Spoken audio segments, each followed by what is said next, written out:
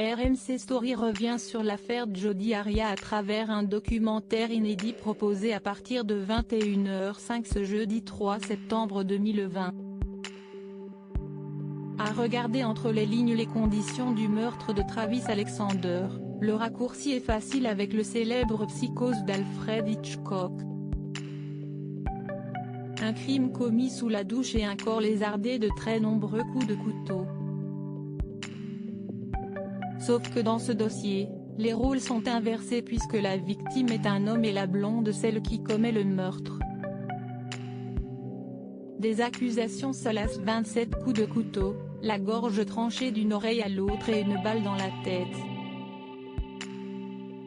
Travis Alexander, un homme de 30 ans, n'a eu aucune chance en prenant sa douche le 9 juin 2008.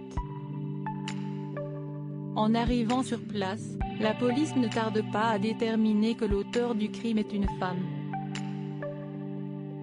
Jodi Arias, suspectée, est surnommée visage d'ange par la presse mais l'opinion est davantage portée sur la sauvagerie du crime. La prévenue, qui avoue, mise sur la légitime défense pour alléger sa peine mais la brutalité de la scène complique cette stratégie de défense. D'après la jolie blonde, Travis l'utilisait comme un objet sexuel pour assouvir ses fantasmes et elle aurait été contrainte par son compagnon de pratiquer la sodomie. Selon elle, ils ont eu 2 rapports sexuels dans la douche et le trentenaire est devenu incontrôlable quand elle a fait malencontreusement tomber l'appareil photo de Travis qui exigeait d'immortaliser le moment. Un procureur controversé durant l'instruction, Jodi Arias a fait savoir qu'elle préférait une condamnation à mort plutôt que la perpétuité. En 2015, elle n'a pas été entendue puisque la Cour l'a sanctionnée d'une peine à vie.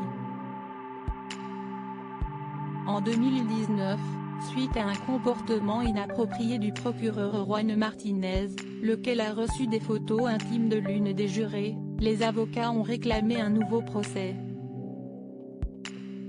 Une possibilité longtemps à l'étude mais qui a finalement été rejetée en mars dernier. La blonde devenue brune s'est métamorphosée à l'instar d'un Norman Bates hanté par le spectre de sa mère, mais elle n'a plus la moindre issue possible pour éviter de purger une longue, très longue peine. Le 27 août dernier, le cas Casey Anthony a convaincu 287 000 Français, soit 4% du public présent devant le poste de télévision. Une rediffusion de cette enquête est attendue le jeudi 10 septembre à 23h55 sur RMC Story.